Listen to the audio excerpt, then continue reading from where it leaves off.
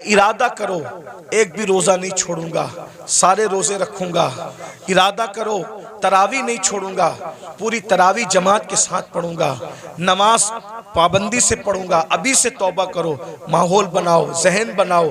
और अगर आप दीन के करीब नहीं आए भाई, ऐसे ही आप आवारा गर्दी करते रहे, हराम लुक्मा खाते रहे, गुनाह करते रहे, फिल्में देखते रहे, किसी का कुछ नहीं बिगड़ेगा। आप अपनी आखिरत को बर्बाद करोगे, तबाह करोगे। नबी तो वो मुसलमान बनाने आए थे कि जिसके हाथ से, जिसकी जबान से दूसरे मुसलमान महफूज रहे। ना आज हमारे हाथ से कोई महफूज है, ना हमारी जबान से कोई महफूज है। तो बताओ, नबी वाले मुसलमान हो या अपनी तबीयत वाले मुसलमान हो? बीवी को माँ बहन की गाली देकर के उसका दिल दुखाते हो। रसूलुल्लाह तो फरमा रहे मुसलमान वो है जिसकी जबान से किसी को तकलीफ नहीं पहुंचती, जो अपनी शरीक हयात है, जो अपनी लाइफ की पार्टनर को माँ बहन की गाली दे, वो मुसलमान कैसा होगा? रसूलुल्लाह फरमा रहे मुसलमान वो है जिसके हाथ और जबान से दूसरा मुसलमान महफूज रहे। जो अपने माँ बाप का दिल दुखाए वो कैसा मुसलमान है? जो अपने पड़ोसी को तंग कर दे वो कैसा मुसलमान है? बस बात इतनी है।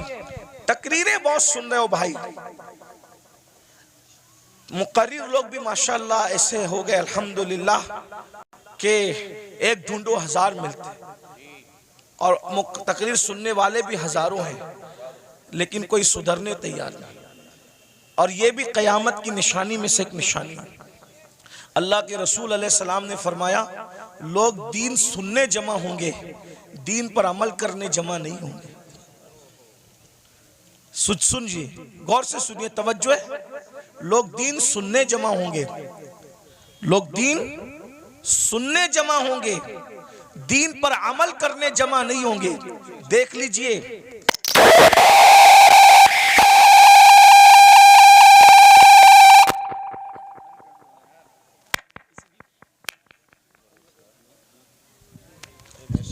किसी की बच्ची मदरसे में रह गई है, वो रो रही है, उसके माँ बाप जहाँ भी हैं वो अपने बच्चे को जाकर के ले ले।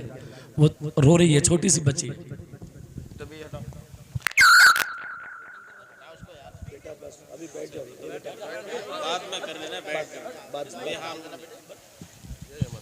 लोग दीन सुनने जमा होंगे, दीन पर अमल करने जमा नहीं होंगे। मैं कोई गुस्से में नहीं, लेकिन आपको एक बात कहता हूं, जरा गौर करना, जरा ध्यान देना। आज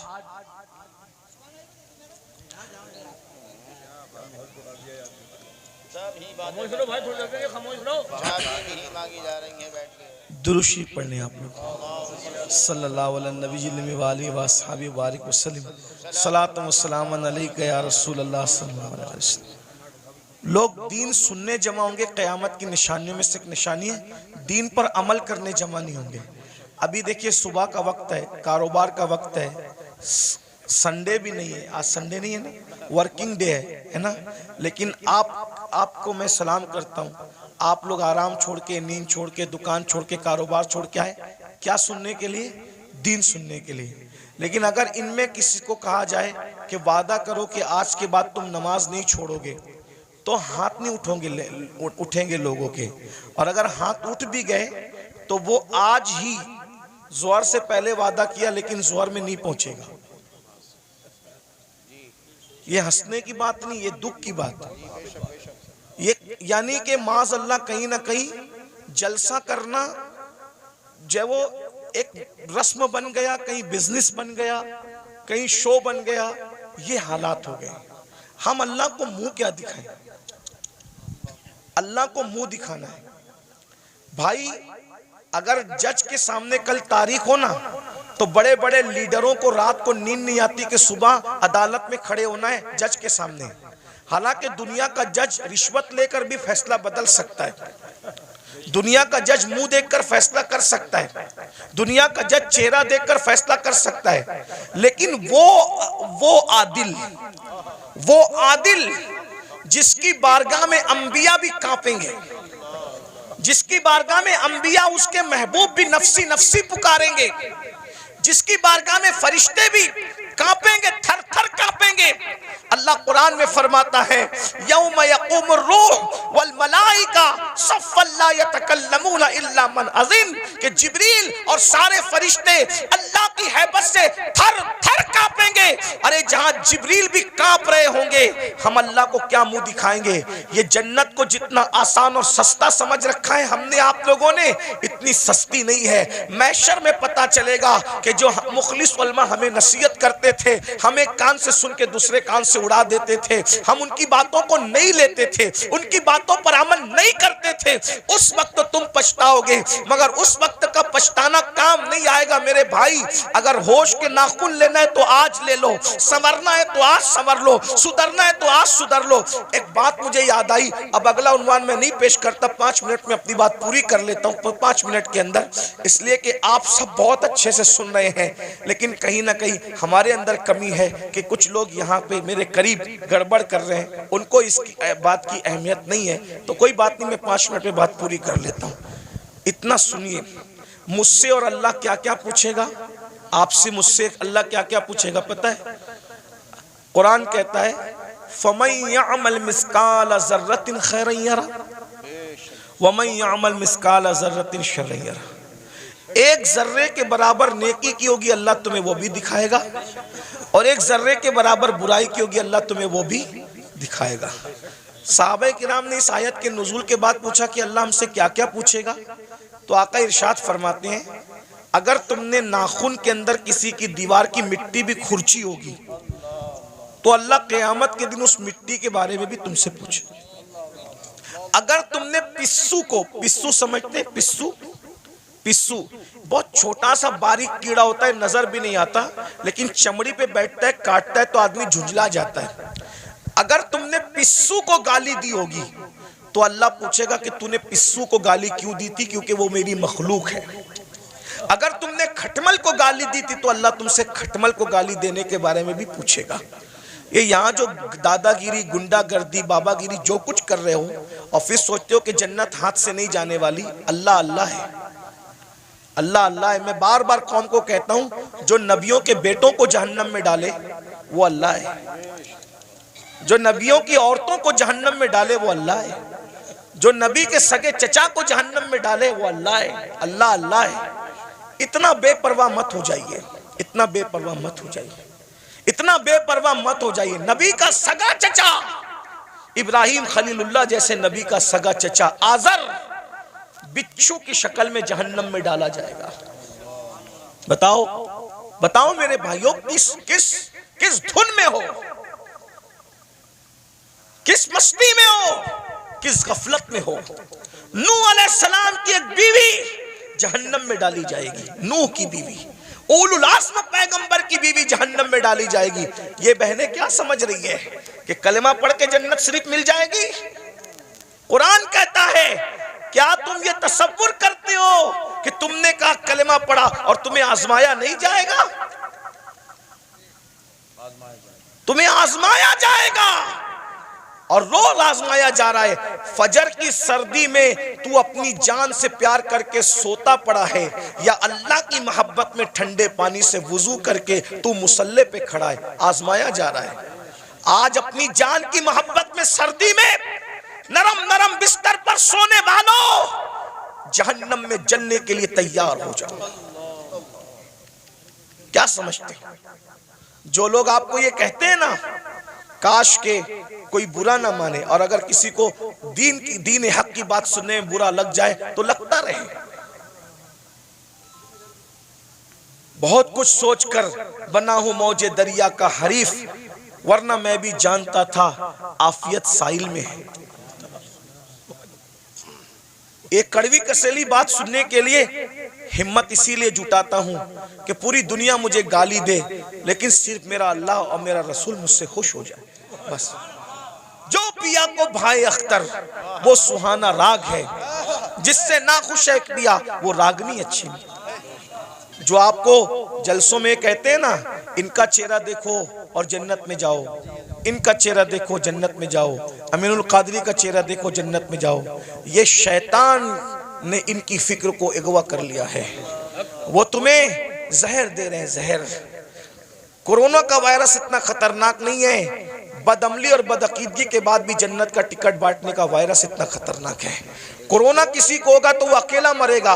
ये गंदगी जो आएगी ना कि बेअमली के बाद भी, जिना के बाद भी, बदकारी के बाद भी, हरामकारी के बाद भी सिर्फ सलीम मियाँ को देखो जन्नत में जाओ, अमीनुल कादरी को देखो जन्नत में जाओ, और मुफ्ती साहब को देखो जन्नत में जाओ। मेरे भाई, जिनको देख देख करके जन्नत बांट रहे हो, क्या तुम्हारे पास कोई गारंटी है कि ये लोग भी जन्नत में जाएंगे? हैं? बताओ ना। खिलवाड़ न करो। ये कौम बहुत भोली है, ये हमारी बातों पर यकीन करती है, लेकिन मेरी कौम के नाज़िमों, मेरी कौम के वाइजों, उलमा नहीं करते। जो वाकई आलिम रब्बानी वो ये काम नहीं करता। उसको पड़ी नहीं एक प्रोग्राम की, कोई बुलाए तो बुलाए, कोई नहीं बुलाए तो बुलाए। जिन्होंने धंधे पानी शुरू कर रखे हैं वो तुम्हारी चापलूसियां करते हैं और तुम भी नारे लगाते हो, इनको देखो जन्नत में जाओ। और फिर उसके बाद आप सिर्फ जब देख करके जन्नत मिलेगी, कोई बेवकूफ है फजर पढ़ने के लिए उठेगा? कोई बेवकूफ है जो चेहरे पे दाढ़ी रखेगा? कोई बेवकूफ है जो मुसल्ले पे रोएगा? अरे तुमने किसको देखा? सलीम मियाँ का नाम इसलिए ले रहा हूँ कि ये मेरा भाई है, बुरा नहीं मानेगा मेरा भाई, मैं जानता हूँ, अब मेरा हक है। आपने सलीम मियाँ को देखा ना, आपने अमीनुल कादरी को देखा, आपने मुफ्ती साहब को देखा ना। आओ मैं उसकी बात करूं जिसने सलीम मियाँ को नहीं, सलीम मियाँ के जद्दे करीम को देखा। किसको? किसको? खुदा को देखने वाली जो आंखें हैं वो मुस्तफा जाने रहमत की आंखें हैं। सैयदना फारूक आजम ने रसूलुल्लाह को देखा, बार बार देखा, हर बार देखा, जंग में देखा, अमन में देखा। अरे उमर तो ऐसे नमाजी थे कि पहली सब में नमाज पढ़ते थे, फिर भी हालत नमाज में कंकियों से नबी का चेहरा देखते थे। ऐसा नबी को देखने वाला, ऐसा नबी को देखने वाला। लेकिन जब उसी उमर इब्ने खत्ताब का आखिरी वक्त आया, उसी उमर इब्ने खत्ताब का, कौन उमर जिसका जिक्र तौरात में है, जिसका जिक्र इंजील में है, जिसका जिक्र कुरान में है, जिसके मशवरे की ताईद में कुरान की 22 आयतें नाजिल हुई है। मेरे भाइयों 22 आयतें। ये जो वत्तखिज़ु मिन मकाम इब्राहीम मुसल्ला किसकी आयत, किसकी ताईद में आई? फारूक आजम की ताईद। जब रसूलुल्लाह ने काबे का तवाफ किया, काबे का तवाफ किया, सुन लो उमर कौन है, हमसे सुनो सैयदों से उमर कौन है, फारूक आजम कौन है? अल्लाह अकबर। फारूक आजम कौन? जब रसूलुल्लाह ने काबे का तवाफ किया तो सहाबा से मशवरा किया कि वाजिबुत तवाफ जो नफिल नमाज है कहाँ पढ़ी जाए। सहाबा का दिल खुश करने के लिए किसी ने कहा काबे के अंदर पढ़िए, किसी ने कहा हतीम में पढ़िए, किसी ने कहा यहाँ पढ़िए, किसी ने कहा वहां पढ़िए। फारूक आजम ने कहा या रसूल अल्लाह, जहाँ आपके दादा इब्राहिम अलैहिस्सलाम के कदम का निशान है वहां पर आप नमाज अदा कीजिए। अभी उमर ये कह रहे थे कि जिब्रील आ गए, कहने लगे वत्तखिज़ु मिन मकाम इब्राहीम मुसल्ला, जहाँ आपके दादा इब्राहिम के कदमों का निशान है उसको अपना मुसल्ला बना लीजिए। शराब की हुर्मत की बात फारूक आजम के मशवरे की ताईद में, पर्दे की बात फारूक आजम के मशवरे की। और कौन फारूक आजम? जिसके बारे में कहा मेरे बाद अगर कोई नबी होता उमर इब्ने खत्ताब होता। कौन फारूक आजम? जब फारूक आजम आ रहे हैं, जिब्रील अलैहिस्सलाम रसूलुल्लाह की बारगाह में मौजूद हैं, तो जिब्रील ने फारूक आजम को देख के मुस्कुराया। मेरे सरकार ने कहा क्यों मुस्कुरा रहे हो जिब्रील? हुजूर आपका यार उमर आ रहा है। तो आका ने फरमाया क्या मेरे उमर को आसमान वाले भी पहचानते? मेरे उमर को आसमान वाले भी पहचानते? तो जिब्रील अलैहिस्सलाम कहते हैं हुजूर जमीन वालों से ज्यादा उमर को आसमान वाले पहचानते। और सरकार ने कहा जरा मेरे उमर की शान बयान कर दो जिब्रील। तो जिब्रील ने एक जुमले में शान बयान की, कहते हैं या रसूल अल्लाह, अगर मैं हजरत नूह की उम्र के बराबर यानी 1000 साल की उम्र लेकर के आऊं और उमर की फजीलत बयान करता रहूं तो 1000 साल खत्म हो जाएंगे मगर उमर की फजीलत खत्म नहीं हो सकती। इतनी बड़ी हस्ती है ना। रसूलुल्लाह को देखा, रसूलुल्लाह को देखा। अब सुन लो उनका जिंदगी का आखिरी वक्त। फारूक आजम शहीद है, फारूक आजम शहीद हैं। अल्लाह अकबर। और किस हालत में शहीद हैं? हालत नमाज में। आखिरी वक्त आ गया, चारपाई पर फारूक आजम लेटे, पूरा जिस्म खून से लहू लहान है। फारूक आज़म लहू लहान है पूरा जिस्म। फारूक आज़म अपने बेटों से कहते हैं, मेरे बेटो, मेरे बच्चों, तुमने मेरी फर्मा बरदारी की, मैंने जो कहा तुमने मेरी बात मानी, अल्लाह ने मुझे फर्मा बरदार औलाद अता की, आज मेरी फर्मा बरदारी करोगे आखिरी वक्त में? लोगों बच्चों ने कहा जी हुजूर ज़रूर करेंगे। फरमाया एक काम करो, मुझे चारपाई से उठा के ज़मीन पे डाल दो। देखो ये फारूक आज़म के आखिरी लम्हात है, ये उनकी आजिज़ी है, ये उनकी इनकिसारी है, ये उनका इखलास है। जन्नत का कहाँ ख्वाब देख रहे हो भाइयों? ना वुज़ू आता है ना गुस्ल आता है, 2 रकत नमाज जुमा पढ़कर ऐसे भागते हो जैसे स्कूल की छुट्टी होने पे स्कूल के बच्चे भागते हैं। भाइयों ज़रा सोचो ना, ज़रा गौर करो ना, ज़रा गौर तो कीजिए, अपने आप पे रहम कर लीजिए। हम में से कोई अल्लाह के अज़ाब को बर्दाश्त करने की ताकत नहीं रखता, हम में से कोई जहन्नम का सामना करने की ताकत नहीं रखता। मत अब धोखा दीजिए अपने आप को, मत फरेब कीजिए अपने आप से, अपनी आखिरत को तबाह मत कीजिए। वो मुसलमान बनिए जैसे हुजूर मुसलमान बनाने आए थे। सैयदना फारूक आज़म फरमाते हैं, मुझे चारपाई से उठाकर जमीन पे डाल दो। जब जमीन पे डाल दिया गया तो फारूक आज़म खाक पर अपने चेहरा रगड़ने लगे और रोकर कहते, अल्लाह उमर की बख्शिश कर दे, उमर की जिसको रसूलुल्लाह ने जन्नत की बशारत दी उसकी जिंदगी का एंड ये है। उमर की, ये उनका खौफ खुदा है, ये उनकी आजिज़ी है, ये उनकी इनकिसारी है। अल्लाह उमर की बख्शिश कर दे, मगफिरत कर दे। रो रहे हैं, मैं उमर क्या जवाब दूंगा तेरी बारगाह में, उमर क्या हिसाब देगा तेरी बारगाह में। इधर का चेहरा रगड़ते हैं, इधर का गाल रगड़ते हैं और अल्लाह की बारगाह में कहते हैं मुझे माफ़ कर दे, मेरे बुढ़ापे पे रहम कर दे। किसी ने कहा अमीरुल मोमिनीन आप तो वो है ना, आप वो हैं कि आपने इतना फतुहात, इतने फतुहात किए, ये काम किया दीन का, ये काम किया दीन का, ये काम किया दीन का। सर उठा के कहते हैं, ओ मनकबत पढ़ने वाले खामोश, ये मनकबत पढ़ने का टाइम नहीं। क्या कहा? ये मनकबत पढ़ने का टाइम नहीं है। और हम तो माइक पर अपनी फजीलत सुन के खुश होते हैं, जबकि वो सही भी नहीं होती, झूठ झूठ होती है, झूठ झूठ होती है। अस्तगफिरुल्लाह। बहुत सारे नाजिम लोग 25,000 20,000 सिर्फ झूठ बोलने का लेते हैं।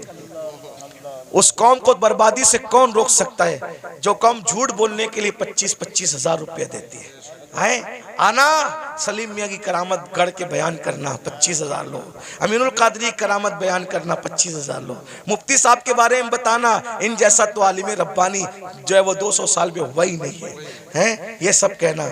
अरे सुनने वालों, तारीफ सुनने वालों, अल्लामा शरफुद्दीन यहिया मनीरी कहते हैं, दुनिया में जितना बड़ा दावा करेगा क़यामत के दिन उतनी बड़ी दलील अल्लाह को पेश करनी पड़ेगी। मैं बताओ मेरे भाइयों, कहाँ हो? जलसों का मिजाज बदल दिया तुम लोगों ने, सब चौपट करके रख दिया। दीन जलसों में नहीं होगा तो कहाँ होगा?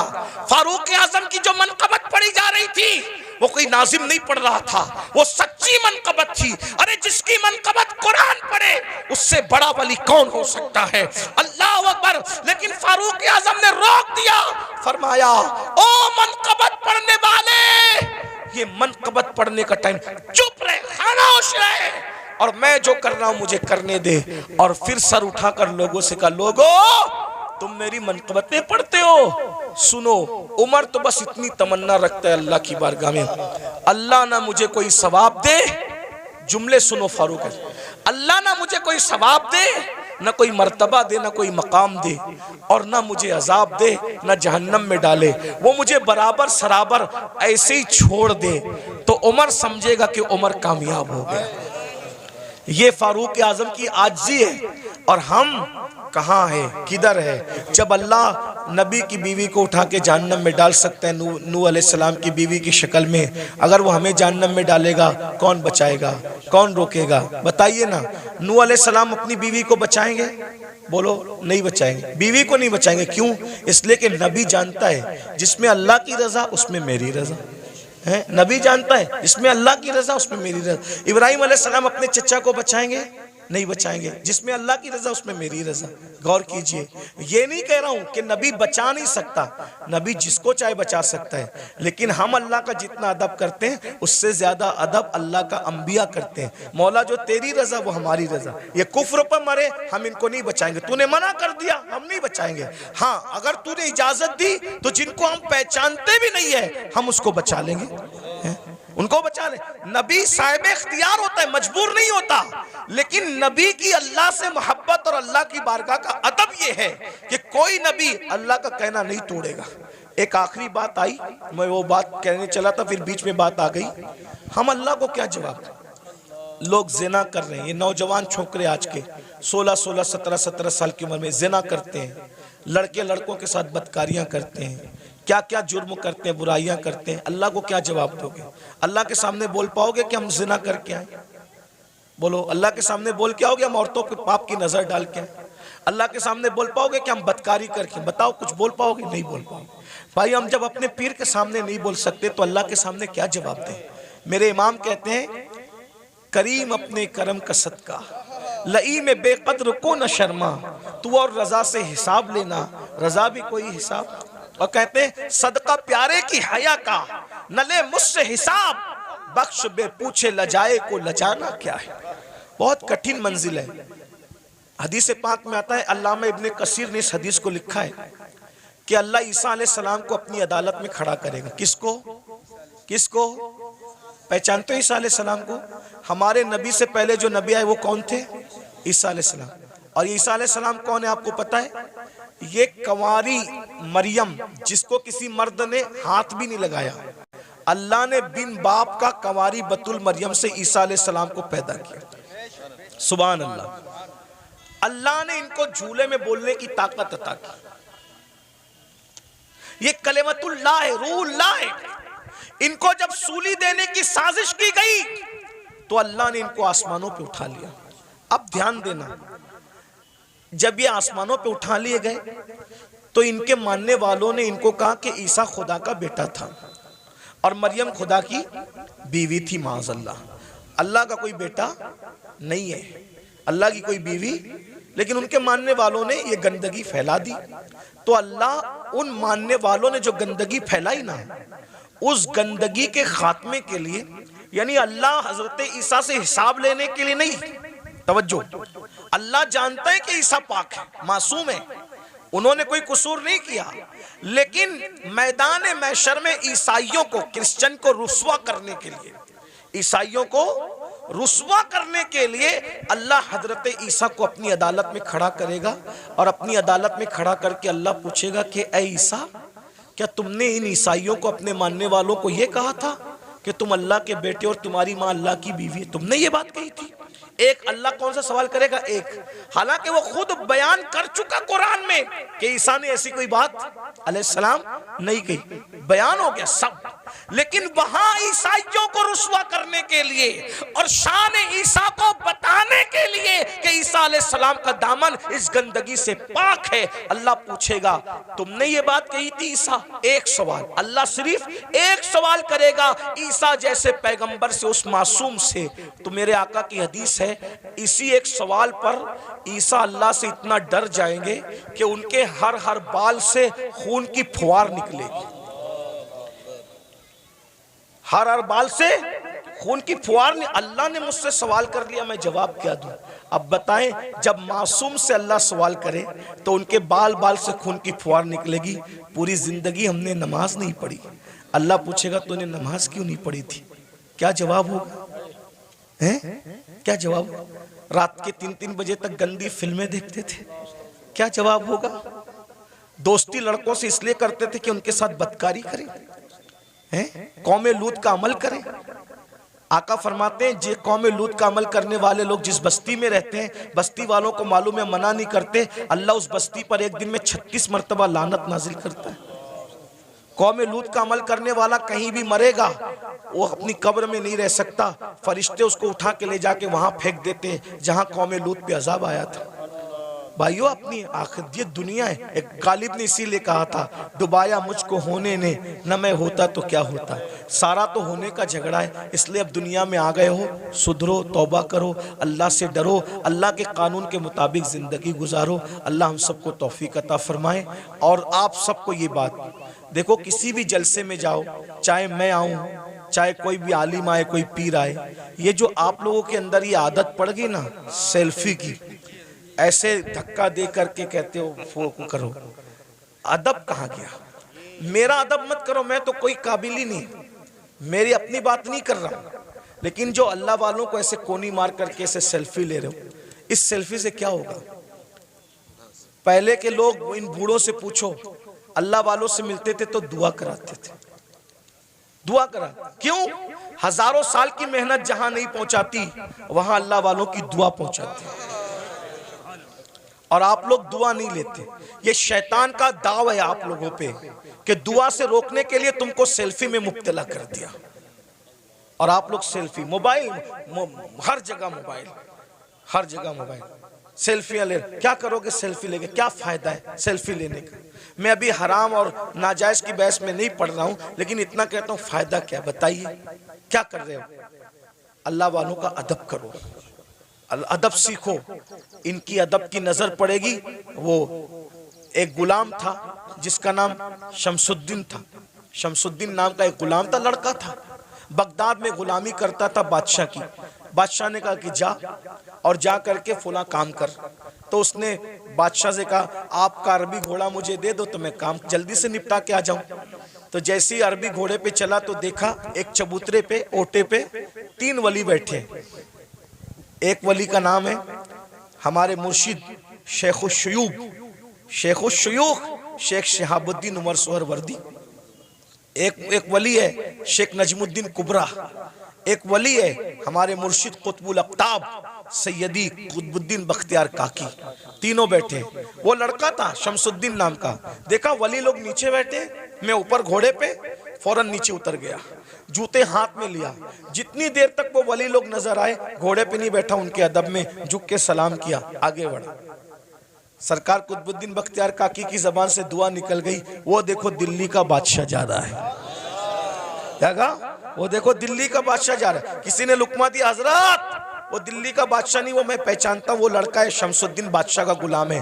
कहा जो हमारा अदब करे और वो हमारी जबान से निकल जाए दुआ, फिर अल्लाह उसको रद्द करे, ऐसा नहीं होता। हमने कह दिया दिल्ली का बादशाह, तो जब तक ये मरेगा नहीं तब तक दिल्ली का बादशाह बनेगा नहीं है। उस वक्त तक मौत नहीं आएगी जब तक दिल्ली का। और दुनिया ने देखा ख्वाजा कुतुब की जबान से दुआ निकली, अल्लाह ने कैसे पूरी किया। वो गुलाम से आजाद हुआ और दिल्ली का बादशाह बना। उसी बादशाह को दुनिया सैयदी शमसुद्दीन अल्तमश के नाम से जानती है।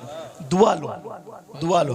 ये जो हंगामा का माहौल रहता है, इधर धक्का दे उधर धक्का दे, ऐसा मत करो। हमें कोई बुरा नहीं लगता, हम आपस में डिस्कस करते हैं, तुम लोग जो करते हो मोहब्बत में करते हो। लेकिन हमारी मोहब्बत में आप मजमे को धक्का देते हो। जहाँ 40 मोमिन जमा होते हैं उसमें एक अल्लाह का वली होता है। मुझ गुनहगार से मिलने के लिए आप किसी वली को धक्का दे दोगे तो अल्लाह तुमसे भी नाराज हो जाएगा और मुझसे भी नाराज हो सकता है। इसलिए भाई अगर हजर अस्वद चूमने की बात हो तो धक्का दे के हजर अस्वद नहीं चूम सकते, तो धक्का दे के किसी से मुसाफा कैसे कर सकते हैं? ये सब आपको सीखना होगा। डिसिप्लिन। कल रात भी ऐसा हुआ और होता ही रहता है। ऐसा लगता है जैसे झगड़ा हो रहा है, ऐसा लगता है जैसे झगड़ा हो रहा है। अब ये क्लिपें चलेगी, आप तो मोहब्बत में मिलने तड़प रहे हो, लेकिन अगर कोई हुकूमत को ये पहुंचा दे कि देखो ये जलसों में ये लोग झगड़ा करते हैं, तो क्या ये क्लिपें आपके जलसों के बंद करने का सबब नहीं बन सकती हैं? बोलेंगे तुम लोग तो झगड़ा, आप झगड़ा नहीं कर रहे हो, लेकिन भाई जब वो मुखालिफिन को तो एक बहाना चाहिए ना कुछ भी काम हुकूमत से करवाने का। तो आप यही महफिल नहीं जिसमें मैं हूं वही नहीं, कोई महफिल हो, आप डिसिप्लिन का मुजाहरा करें।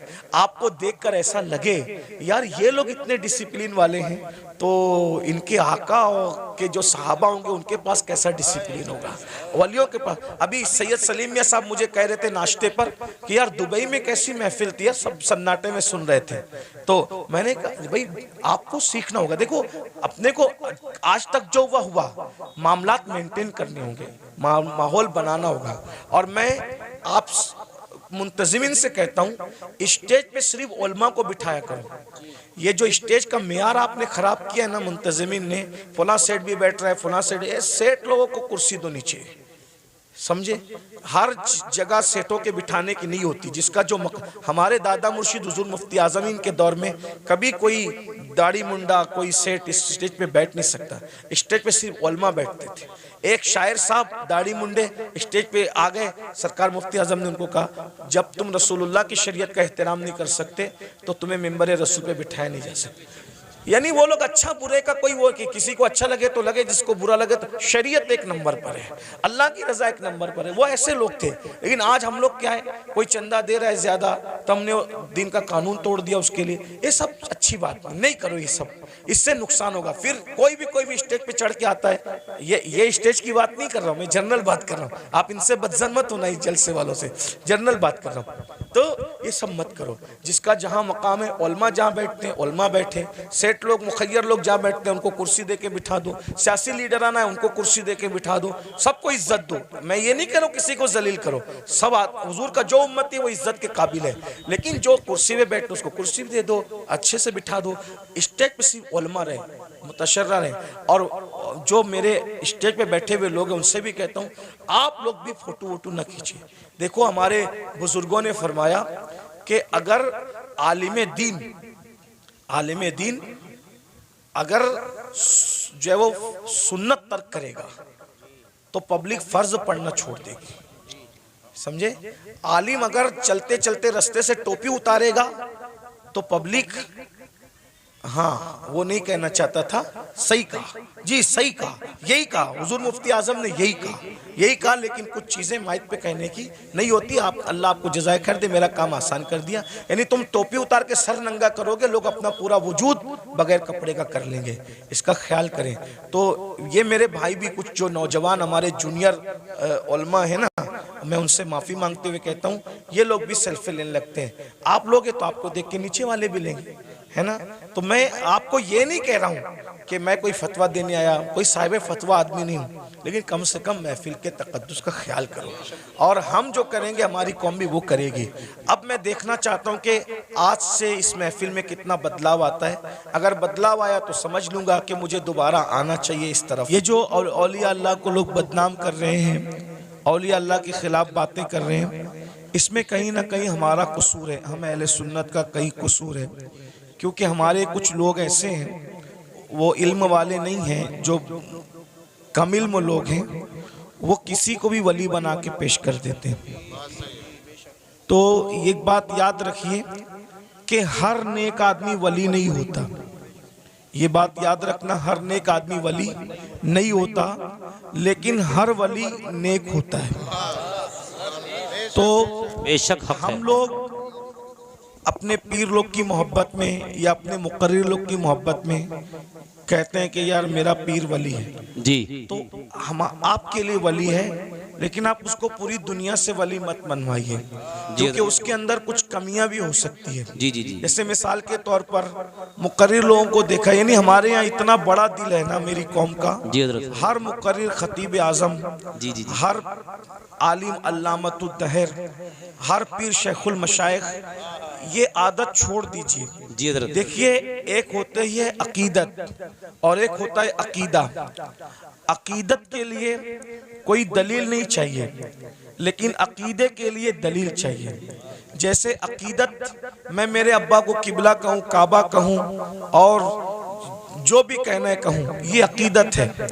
लेकिन ये सिर्फ मेरे लिए, अकीदत सिर्फ मेरे लिए। लेकिन जब मैं किसी चीज को अकीदे के तौर पे पेश करूंगा तो उसके लिए कुरान और हदीस की दलील चाहिए, है ना। तो हम लोगों ने क्या किया कि ये औलिया अल्लाह का मामला सिर्फ अकीदत का नहीं था, बल्कि इसका ताल्लुक तो अकीदे से था। हम लोगों ने क्या किया, जो लोग गांजा पी रहे हैं उनको भी वली कहना शुरू किया, जो चरस पी रहे हैं उनको भी वली कहना शुरू किया, जो नंगे धड़ंगे फिर रहे हैं उनको भी वली कहना शुरू किया। और कुछ लोगों ने मफाद परस्ती की बुनियाद पर कि चंदा खूब आएगा तो उर्स, सबका उर्स, जो पीर मर रहा है उसका उर्स हो रहा है और उसके बारे में कुछ बका जा रहा है, सबके गुंबद बन रहे हैं। मैं किसी को टारगेट करके नहीं कह रहा हूँ, जी हज़रत, अल्लाह की कसम उठा के कहता हूँ, आप बुरा मत मानना कि किसी भी आदमी को टारगेट करके तकरीर करने को हम गीबत समझते हैं, लेकिन गुंबद सबके नहीं बनते, बेशक बेशक, उर्स सबके नहीं होते। गुंबद सिर्फ वलियों के बनते हैं, उर्स भी सिर्फ अल्लाह वालों के होते हैं। बेशक बेशक, मगर हम लोग कुछ भी कर रहे हैं, वजह उर्स करो, पैसा इकट्ठा करो, गुंबद बनाओ, पैसा इकट्ठा करो, मज़ार बना के मुजावरी करो, पैसा इकट्ठ। अगर हम पैसे के चक्कर में अपने दीन को मशकूक कर देंगे हम तो मर जाएंगे, लेकिन अगर ये दीन मशकूक हो गया माज़अल्लाह कुछ लोगों की नज़र में और वो दीन से मुतनफ़िर हो गए, दीन छोड़कर चले गए, तो उसका जिम्मेदार कौन होगा? आज मैं आपके सामने वली कौन होता है उसको पेश करता हूँ, अपनी तरफ से नहीं। हमारे मुर्शिद कुतुबुल अक़ताब, गौसुल अग़वास, शेखुल शुयूख, गयासुल कौनैन सैयदना शेख अब्दुल कादिर जिलानी रदी अल्लाह ताला इरशाद फरमाते हैं, गौस पाक फरमाते हैं, जब तक किसी इंसान के अंदर 12 सिफात पैदा न हो जाए उस वक्त तक वो अल्लाह का वली नहीं हो सकता। देखो मैं जो आमतौर पे जो मैं तकरीर करता हूँ, आज उस तरह तकरीर नहीं कर रहा हूँ। मैं चाहता हूँ कि ये जो नौजवान जो चेहरे मुझे नज़र आ रहे हैं इनमें बहुत ज़्यादा लोग संजीदा हैं। तो हम लोग क्या करते हैं पता है, इंसान देखकर पुड़ी बांधते हैं। समझ में आती है बात? यानी जैसा मजमा होता है उसी के मुताबिक हम चाहते हैं तकरीर करें। आप लोग शोर नहीं कर रहे हो ना, तो हम भी शोर नहीं करेंगे, आपको अच्छे से सुनाएंगे। लेकिन आप गौर करना इस पर। मैं नहीं कह रहा हूँ, जिस गौसे आजम के दर से विलायत बढ़ती है, जो खुद वली बनाता है, बेशक हक है, तो वो खुद फरमा रहे, जब किसी इंसान के अंदर 12 चीजें जमा होती है तब वो अल्लाह का वली होता है। बेशक 12 में से एक भी अगर कम हुई तो वो नेक तो हो सकता है मगर वली नहीं हो सकता, है ना? बेशक बेशक। अब इसका अब कौन वली होता है, तब मुर्शिद गौस पाक की बात सुन लो जल्दी से, बहुत टाइम भी नहीं लूंगा। फरमाते हैं वली में 2 सिफात अल्लाह की होती है, यानी वो अल्लाह की 2 सिफात का मज़र होता है, वो रसूलुल्लाह की 2 सिफात का मज़र होता है, वो सिद्दीक़ अकबर की 2 सिफात का मज़र होता है, वो फारूक आज़म की 2 सिफात का मज़र होता है, वो उस्मान गनी की 2 सिफात का मज़र होता है, बेशक बेशक, वो मौला अली की 2 सिफात का मज़र होता है, यानी चारों खुलफा की 2-2 सिफात कितनी हो गई? 8। रसूलुल्लाह की 2 सिफात कितनी हो गई? 10। अल्लाह की 2 सिफात कितनी हो गई? 12। यानी जब तक वो 12 सिफात का मज़र ना हो जाए उस वक्त तक वो अल्लाह का वली नहीं होता है। अब सैयदना गौसे पाक ने चारों खुलफा की 2-2 सिफात बयान की। मतलब क्या बयान किया? वली न कभी राफजी बन सकता है, न वली कभी नासबी बन सकता है, वली नासबी भी नहीं बन सकता, राफजी भी नहीं बन सकता। जो वली बनेगा वो अहले सुन्नत व जमात में से बने। क्या बात है हज़रत, माशाअल्लाह माशाअल्लाह। नासबी की अहले बैत से नहीं जमती है, नासबी की अहले बैत से नहीं जमती, और राफजी की सिद्दीक़ उमर से नहीं जमती। हालांकि जब तक इनकी सिफात पैदा न करे उस वक्त तक वो वली नहीं हो सकता।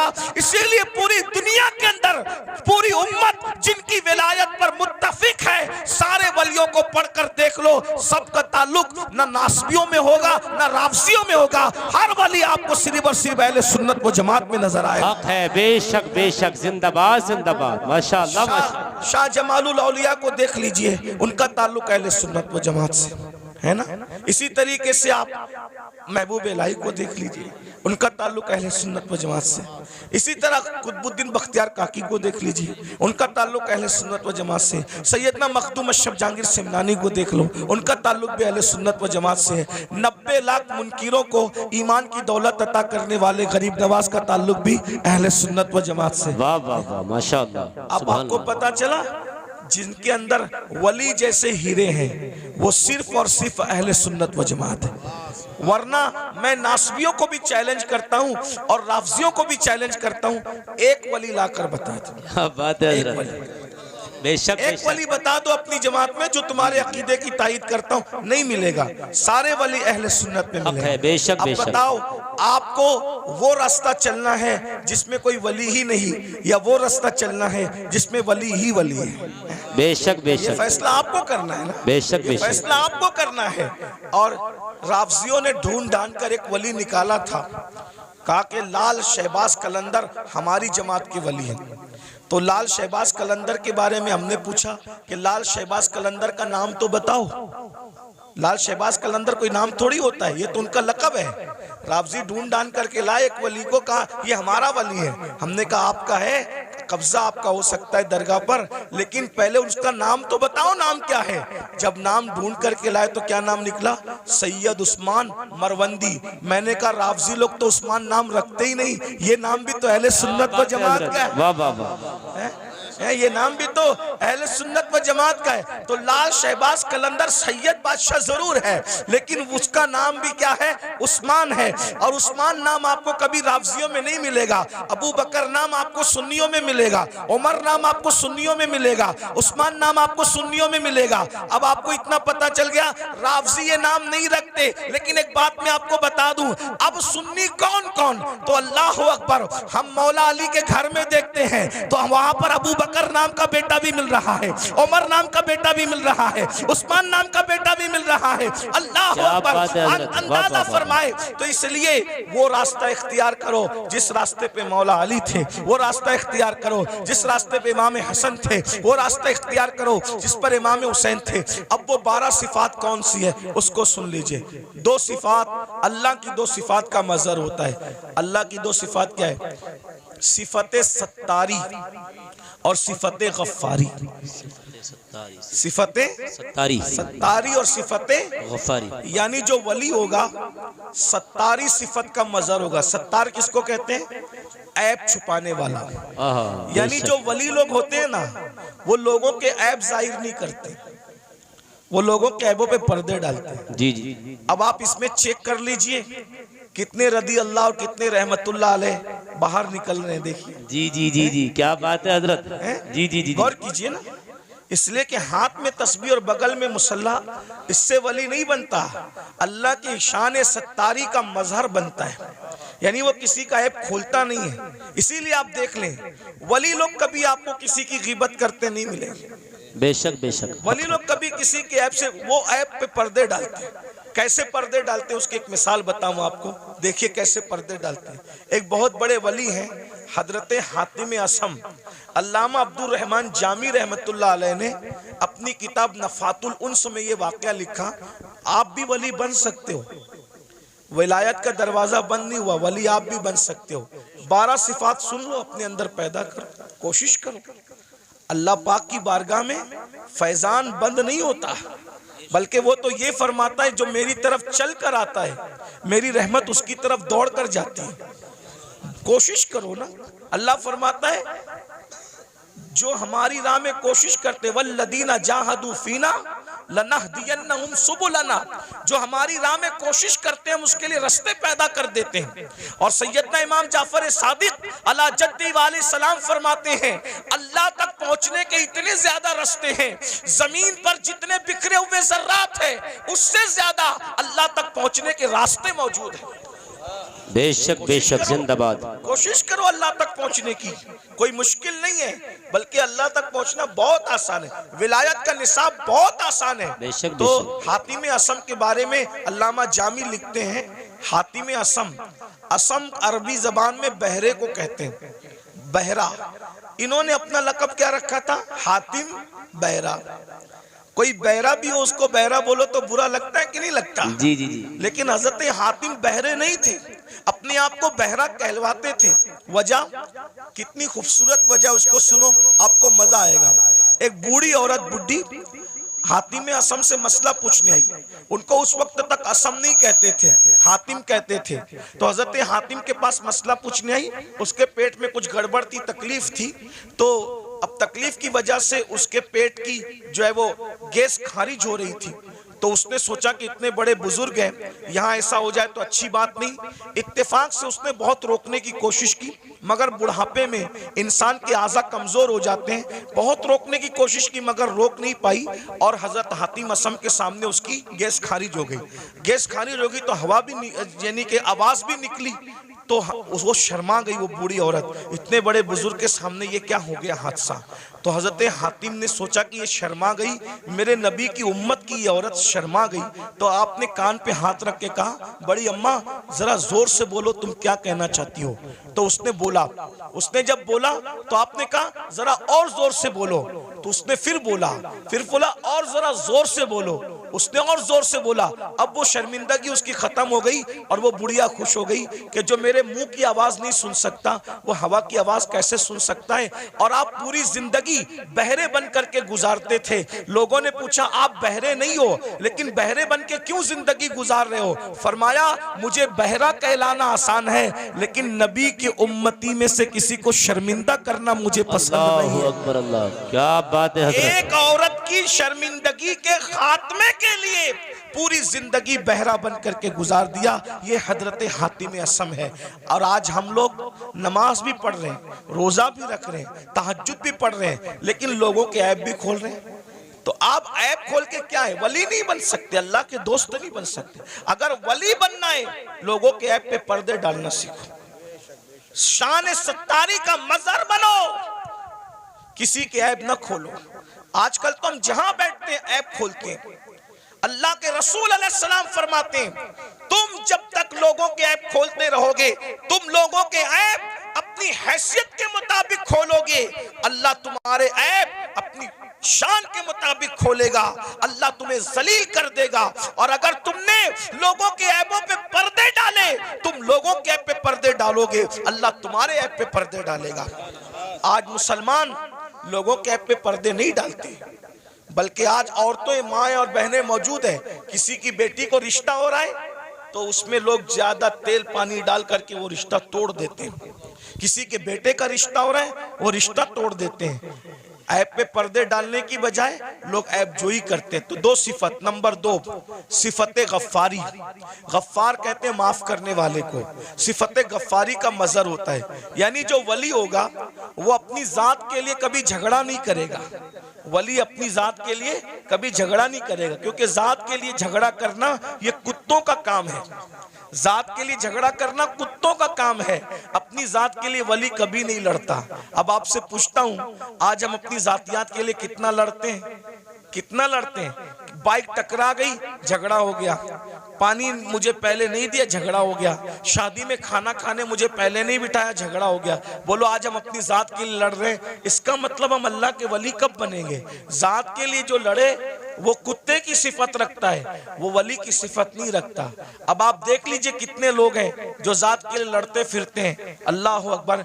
एक वाकया इस पर भी सुन लें कि एक बुजुर्ग के पास एक मुरीद आया और वो मुरीद आकर के कहता है, हजरत आप मुझे इस्म आज़म सिखा दें। अगर आपने मुझे इस्म आज़म सिखा दिया तो मैं उस इस्म आज़म के ज़रिए से बहुत काम लूँगा। इस्म आज़म क्या है उसको सुन लें। इस्म आज़म कहते हैं उस अल्लाह के उस नाम को अगर मुर्दे पे पढ़ दो तो मुर्दा जिंदा हो जाए, जिंदे को पढ़ के घूर दो तो जिंदा मर जाए। इस्म आज़म की बड़ी बरकत है। फरिश्ते पढ़ते पढ़ते पलक के झपकते आसमान पे जाते हैं और आसमान से ज़मीन पे आते हैं। तो चूंकि इस्म आज़म बहुत बड़ी चीज़ है, सूफिया ने इसको छुपा रखा है, अल्लाह ने भी इसको छुपा रखा है। ये सबको नहीं बताया जाता, जो उसका हकदार होता है उसी के दिल पर इल्का किया जाता है। तो मुरीद अपने पीर से कहता है इस्म आज़म सिखा दें। पीर साहब वाकई पीर साहब थे। उन्होंने कहा बेटा सुबह से शाम तक तुम बाजार में जाकर के बैठो, इंशाअल्लाह शाम को देखेंगे तुम्हें इस्म आज़म सिखाना है कि नहीं सिखाना है। वो सुबह से शाम तक बाजार में बैठे तो क्या देखा, बाजार में बहुत करप्शन हो रहा है, खूब जुल्म हो रहा है, कोई किसी का पुरसान हाल नहीं है। सुबह से लेके शाम तक एक दूसरे पे जुल्म हो रहा है। वो बार बार हाथ मारते थे अपनी रान पर, मुर्शिद ने अच्छा नहीं किया, पीर साहब ने अच्छा नहीं किया, काश के मुझे इस्म आज़म सिखा देते तो अभी ये जुल्म करने वालों को घूर देता, मार डालता, तबाह कर देता, बर्बाद कर देता। सुबह से शाम तक यही होता रहा। लेकिन शाम के वक्त जो है बहुत खतरनाक मंजर देखा। मंजर ये देखा, 80 साल के एक बड़े मियाँ, एक बुढ़ा 80 साल का, वो अपने सर पर लकड़ियों का गट्टा रख करके लाया जंगल से और ला करके जैसे ही कहा लकड़ियां ले लो भाई, लकड़ियां ले लो। 80 साल के बड़े मियाँ लकड़ी बेच रहे थे। उतने में सिपाही आए, आने के बाद चाबुक जमीन पे मारा, कहे बुड्ढे उठा ये लकड़ी और हमारे घर पहुंचा, और सुन तुझे कोई पैसे नहीं मिलेंगे। ये मंजर देख करके वो मुरीद तो और बहुत गुस्से में आया, मेरे पीर ने अच्छा नहीं किया, मेरे पीर ने अच्छा नहीं किया। अगर मुझे इसमें आजम सिखा देते, इन जालिम सिपाहियों को अभी मार डालता, इसमें आजम पढ़ के अभी इनके लिए बद्दुआ करता, खत्म कर देता। वो बड़े मियाँ 80 साल के बड़े मियाँ हाँपते कांपते उन्होंने फिर लकड़ी का गट्ठा उठाया सर पे और सिपाहियों के पीछे पीछे चले। ये भी पीछे पीछे चला, ले जाकर के गट्ठा रख दिया। रखने के बाद कहा अच्छा अब मैं चलूं। और उसके बाद वो बड़े मियाँ बेचारे न पैसा लिया। 80 साल के बुड्ढे को लकड़ी काटने में कितनी तकलीफ हुई होगी, कैसे उसने मेहनत से जमा किया होगा। लेकिन हाय रे जुल्म, अल्लाह अकबर, बहुत लकड़ी पहुंचा करके बिना मजदूरी लिए हुए, बिना रकम लिए हुए उन्होंने टरका दिया, वो चले गए। और उसके बाद ये तो गुस्से में कांप रहा था, मुर्शिद ने अच्छा नहीं किया। अगर अभी मुझे इसमें आजम मालूम होता, इन जालिमों को, इन गुंडों को इसमें आजम पढ़ करके कत्ल कर देता। जैसे मुर्शिद की खानका में पहुंचे, कहा हजरत आपने सिखा दिया होता बाजार में क्या गंदगी है, क्या जुल्म है, क्या ज्यादती है। और शाम का वाकया तो बड़ा बदतरीन है हजरत, बड़ा इबरतनाक है। पूरा वाकया उस 80 साल के बड़े मियाँ का बयान किया तो पीर साहब सुन के हंसने लगे। हजरत मैं 80 साल के बुड्ढे पे जुल्म बयान कर रहा हूँ और आप हंसते हैं। फरमाया वो जो 80 साल का बुड्ढा तू जिसको कह रहा है वो कौन है, तुझे मालूम है? हाँ नहीं मालूम है। कहा वो इस शहर का कुतुब है, कुतुब, वो इस शहर का कुतुब है और उसी ने मुझे इसमें आजम सिखाया है, उसी कुतुब ने मुझे इसमें आजम सिखाया है। वो कहा हजरत जब उसको इसमें आजम मालूम है तो वो पढ़ के उनके लिए बद्दुआ क्यों नहीं कर देता? कहा बेटा जब तक के सब्र करने का मादा उस तरह पैदा नहीं होता, अल्लाह किसी को इसमें आजम की नेमत अता नहीं करता। गौर कीजिए, यहाँ तो आज कोई छोटा मोटा आमिल बन जाए ना, समा शबिस्तान रजा पढ़ के, तो कहता है कि अगर तूने मेरी बात नहीं मानी तो तेरा पेशाब बंद कर दूंगा, मेरी बात नहीं मानी तो तेरा खानदान जो है वो तबाह कर दूंगा। भाइयों ये सब हाँ उनके होते हैं जो खाली खड़े होते हैं। ये कुतुब लोगों को देखो, ये अब्दाल लोगों को देखो, ये वली लोगों को देखो, इतना जुल्म सह रहे हैं मगर जात के लिए कभी बदला नहीं लेते। क्यों? इसलिए कि जात के लिए लड़ना वली का काम नहीं होता, जात के लड़ना ये तो कुत्तों का काम होता है। वली वो होता है जो सिफते गफ्फारी का मजहर होता है, अपने दुश्मनों को माफ करता है, अपने मुजरिमों को माफ करता है। उस पर एक वाकया याद आ गया, हालांकि बात तवील हो रही है लेकिन बात वाकया याद आ गया, सुन लीजिए। आज छोटी छोटी बात पर आप लोग एक दूसरे पे केस करते हो, क्या जवाब दोगे अल्लाह को? हैं बकरियों के, तेरे आंगन में मेरे आंगन में बकरियों पर इतना बड़ा झगड़ा होता है कि मर्डर हो जाता है, कत्ल हो जाता है। कहां कहां तक बात पहुंचती, बारात देर से आई जल्दी आई, उस पर जो है वो शादियां टूट जाती हैं। इतना महर है कि उतना महर है, उस पर शादियां टूट जाती है। मेरे भाइयों सोचो, सब्र नहीं हमारे अंदर, और जब तक सब्र नहीं होगा हम अल्लाह वाले नहीं बन सकते। एक दिन क्या हुआ, इमाम हुसैन के कातिलों में से कातिल मदीने मुनव्वरा आया, मदीने तैयबा आया। और जब मदीना तैयबा आया तो लोगों ने सोचा कि कातिल इमाम हुसैन, कातिलों में से कातिल मदीने मुनव्वरा आया, तो सारे मदीने वालों ने इमाम हुसैन की मोहब्बत में अपने दरवाजे बंद कर दिए। सबने दरवाजे बंद कर दिए, सबके दरवाजे बंद हो गए। इमाम ज़ैनुल आबिदीन का दरवाजा हमेशा बंद रहता था, किसी से मिलते नहीं थे। लेकिन जब उनको किसी ने इत्तला दी, हजरत हजरत करबला में का एक शख्स जो आपके बाबा का कातिल है वो मदीने मुनव्वरा आया, और सबने अपना दरवाजा बंद कर दिया। इमाम ने अपना दरवाजा खोल दिया, कहा उसको बुला कर लाओ।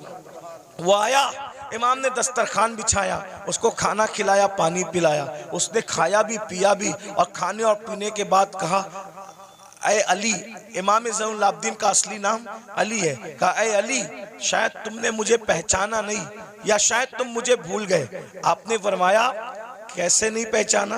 अरे ये मदीने वाले क्या करबला में थे? कहा नहीं थे। कहा जो करबला में नहीं थे उन्होंने तुझे पहचान लिया, मैं तो करबला में मौजूद था ना, मैं तुझे कैसे नहीं पहचानूंगा? वो तू ही जालिम है ना, तेरे कहने पे मेरे बाबा के जिस्म पे घोड़े दौड़ाए गए थे, मेरे नन्हे से भाई के हलक पर तीर चलाया गया था, मेरी फूफियां, मेरी अम्मियां, मेरी बहनों के दुपट्टे छीने गए थे, तू ही वो जालिम है ना।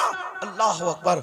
जब उसने ये सुना लरज गया, हाँ मैं वो हूँ। आपने पहचाना कहाँ? पहचानने के बाद भी ये सुलूक किया। तो इमाम ज़ैनुल आबिदीन ने फरमाया जो तूने किया वो तेरे खून की तासीर थी, जो मैंने किया ये मेरे घर की रिवायत है। हम आले मोहम्मद दुश्मनों के साथ ऐसे ही सुलूक करते हैं।